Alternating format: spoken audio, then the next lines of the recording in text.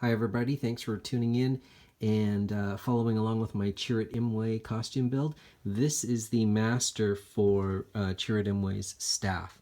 So what I did was I took a bunch of photos that I found online and a photo from the Star Wars Rogue One visual guide, and being the super crazy picky person that I am, I scaled everything up in Photoshop to match what I thought was the best scale for the staff, which in my mind is about 53.5 inches with the topper. And then what I did was, using these different staff photos, I went and I tried to kind of screen match each of the knots because I wanted it just to be as accurate as possible. So when you see the staff in this position and you see, you know, the number 3 knot or the letter C here, and then the staff is rotated, I tried to basically plot out all of the knot locations and sizes on my master sculpt. So I've actually sculpted this lower portion of the staff twice. The first version I made, I used a metal armature, and then I used Super Sculpey, and I tried to, you know, do it in sections, but because I'm doing it in my shop, and sometimes the temperature gets a little bit cold and then it gets warm again. If I heat it up, the Sculpey started to get stress fractures all over, and I didn't really want to try and fill them all in. I just got frustrated with it, so I threw that one out and I made an all new sculpt. This one is using a 1/2-inch square aluminum tube that runs the length of this lower portion of the staff, and I bent it in all the angles, again sort of to try to screen match the bends in the actual photo reference. And then that way I could plot out the location of each of the knots and match it up to the diagrams. So this one worked out way better.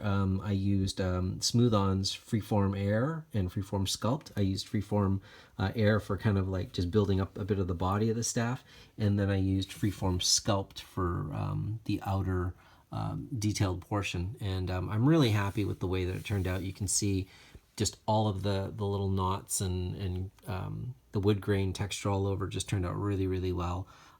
Just kind of traditional sculpting tricks.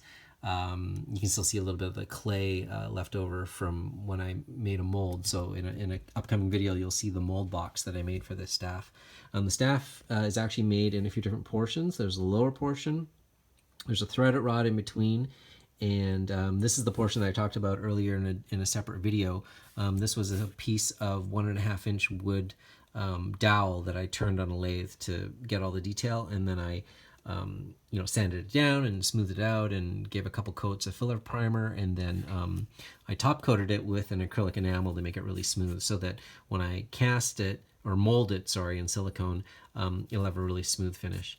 And then there's another threaded rod section, and then this is actually it's about a 1-inch wood dowel, but then what I did was I contoured the shape of it using a spoke shave, which is kind of like a hand plane tool, because I wanted a bit more of an organic shape.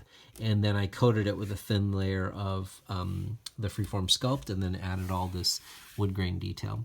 And one of the things I tried to do was I tried to match all of the little bumps here so they're consistent. So when you look at the photo and you see, you know, a knot over here go along in the photo, it actually lines up and matches with this knot here. So everything was, you know, sort of designed to all fit together in one piece. So I'm really happy with the way it came out. This has already been primed and ready to go, and I've already poured my silicone and made my mold box, and hopefully soon you'll see some completed and cast resin versions of Chirrut Imwe Staff. All right, thanks for tuning in.